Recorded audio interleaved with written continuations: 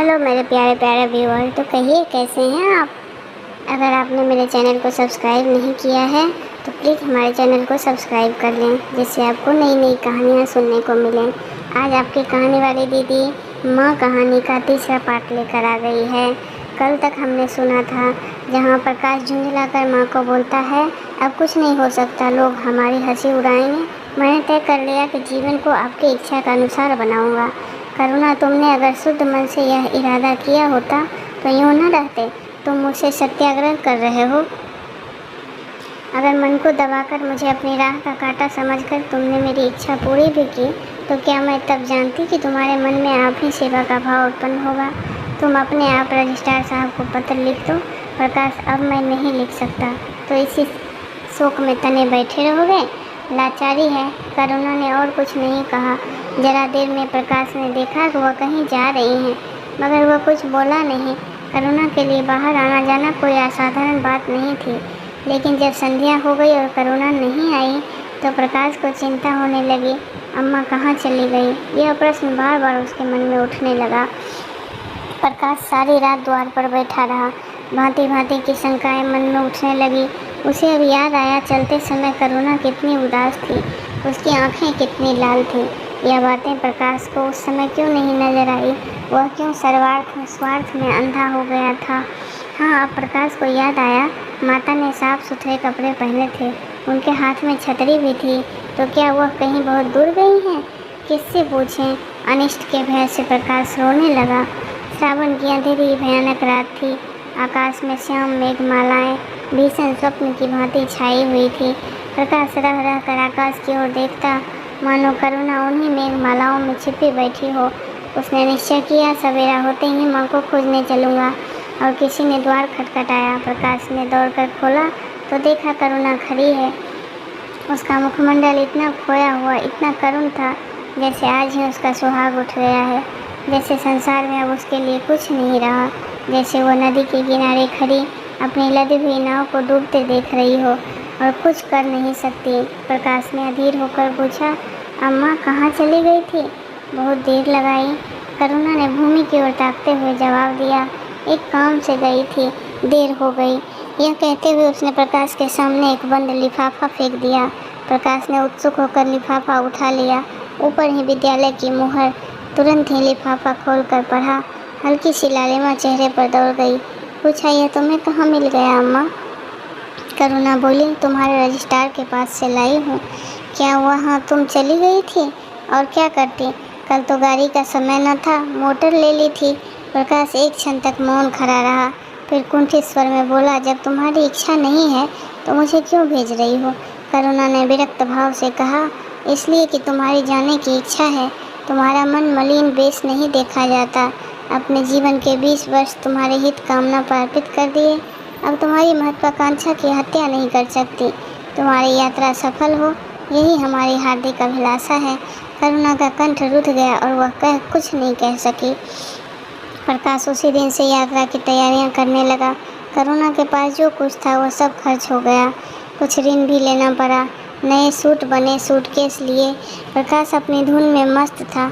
कभी किसी चीज़ की फरमाइश लेकर आता, कभी किसी चीज़ की।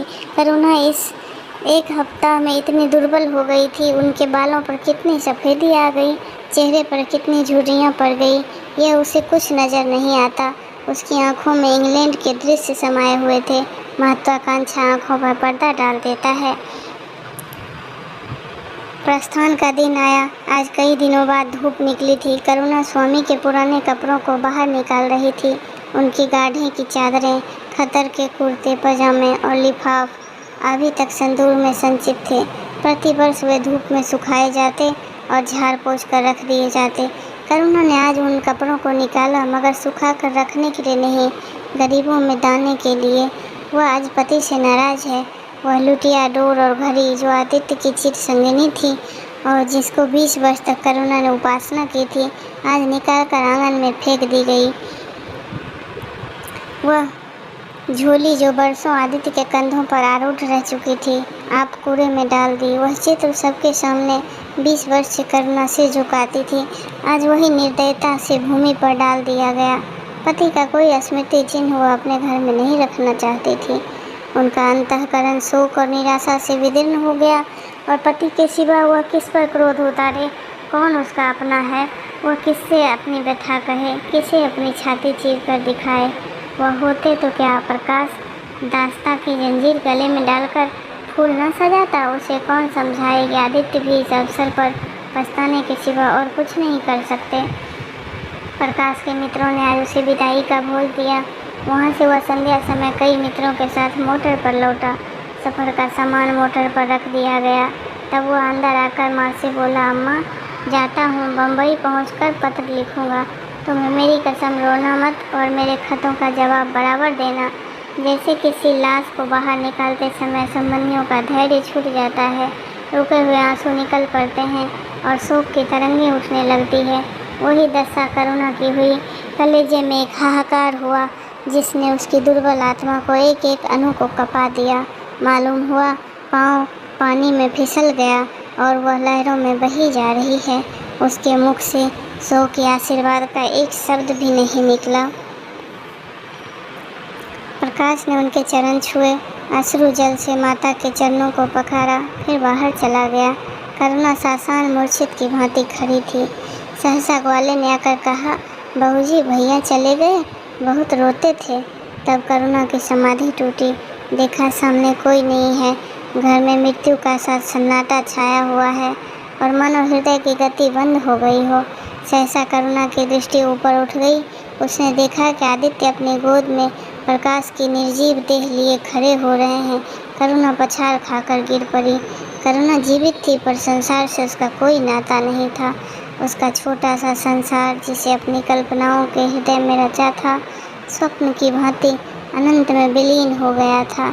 जिस प्रकाश को सामने देखकर वह जीवन की अंधेरी रात में भी हृदय के आशाओं की संपत्ति लिए जी रही थी, वह बुझ गया और संपत्ति लुट गई। अब न जाने कोई आसरा था न उसकी ज़रूरत। जिन गऊओं को वह दोनों वक्त अपने हाथों से दाना चारा देकर खिलाती थी, सहलाती थी, वे अब खूंटे पर बंधी निराश नेत्रों से द्वार की ओर ताकती रहती। बछड़ों को गले लगाकर पुचकारने वाला कोई नहीं था। जिसके लिए दूध मट्ठे निकाला खाने वाला कौन था। करुणा ने अपने छोटे से संसार को अपने अंदर ही अंदर समेट लिया। किंतु एक ही सप्ताह में करुणा के जीवन में फिर रंग बदला। उसका छोटा सा संसार फैलते फैलते विश्वव्यापी हो गया। जिस लंगर ने नौका को तट से एक केंद्र पर बांध रखा था, वह उखड़ गया। अब नौका अशेष विस्तार में भ्रमण करेगी, चाहे वह उद्गम तरंगों के बक्ष में ही क्यों न विलीन हो जाए। करुणा द्वार पर आ बैठती है और मोहल्ले भर के लड़कों को जमा करके दूध पिलाती है। दोपहर तक मक्खन निकालती और वह मक्खन मोहल्ले के लड़कों को खिलाती। फिर भांति भांति के पकवान बनाती और कुत्तों को खिलाती। अब यही उसका नित्य का नियम हो गया था। चिड़ियाँ, कुत्ते, बिल्लियाँ, चींटे, चींटियाँ सब अपने हो गए। प्रेम का वह द्वार अब किसी के लिए बंद न था। उस अंशुल भर जगह में जो प्रकाश के लिए भी काफ़ी न था, अब समस्त संसार समा गया था। एक दिन प्रकाश का पत्र आया। करुणा ने उसे उठाकर फेंक दिया। फिर थोड़ी देर बाद जाकर उसे फाड़ डाला उठाकर और चिड़ियों को दाना चुगाने लगे। मगर जब निशा योगिनी ने अपनी धूनी जलाई और वेदनाएं उससे वरदान मांगने के लिए विकल हो चली, तो करुणा की मनोवेदना भी सजग हो उठी।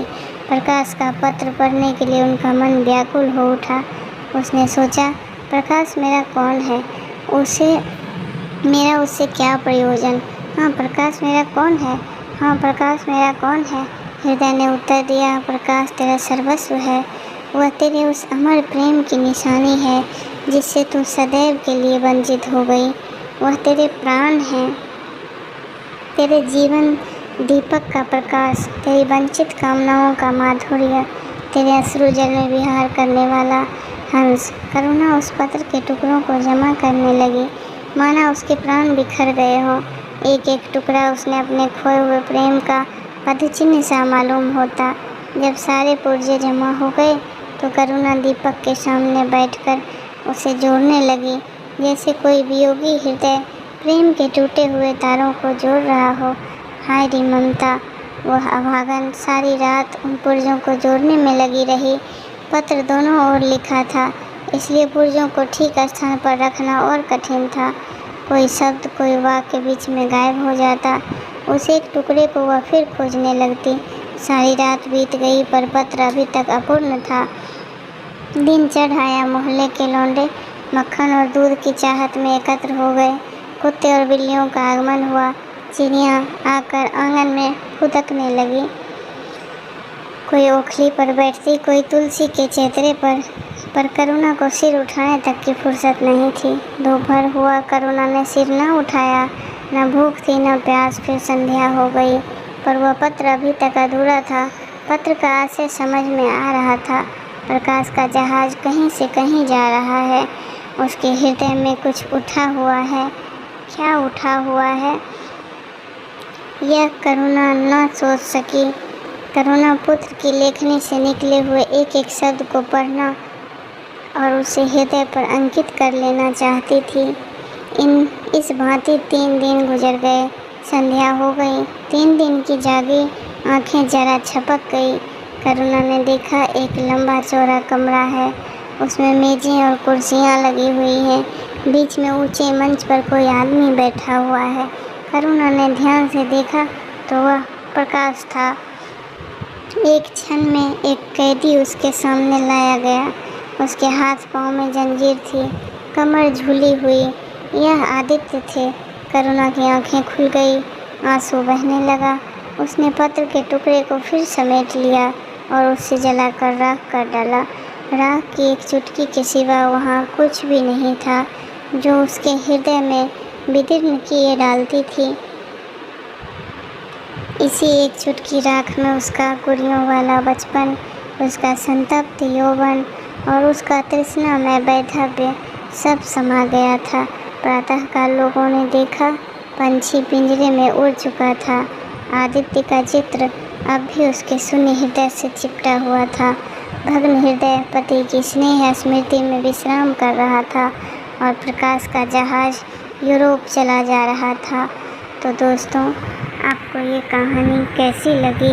ये मुंशी प्रेमचंद जी की बहुत ही मार्मिक कहानी है दोस्तों, जो हृदय में उतर जाती है। माँ अपने बच्चों के लिए कितने सारे बलिदान देती है, पर वही बालक आगे चलकर माँ बाप की कद्र नहीं करता। इसलिए दोस्तों, हमेशा अपने माता पिता की आज्ञा का पालन करना चाहिए। तो इतने ही कहने से आपकी कहानी वाली दीदी विदा लेती है आप लोगों से। फिर से मिलती है एक नई कहानी के साथ। दोस्तों, अगर आपने हमारे चैनल को सब्सक्राइब नहीं किया है तो हमारे चैनल को ज़रूर से सब्सक्राइब कर लें, क्योंकि आपको प्रेमचंद जी की इस तरह की कहानी हमारे चैनल पर बहुत देखने को मिलेंगी। और अगर हमारे चैनल को सब्सक्राइब किए रहेंगे तो उस पर सबसे पहले नोटिफिकेशन जाएगा। दोस्तों, मिलती हूँ फिर नेक्स्ट कहानी में। Bye bye.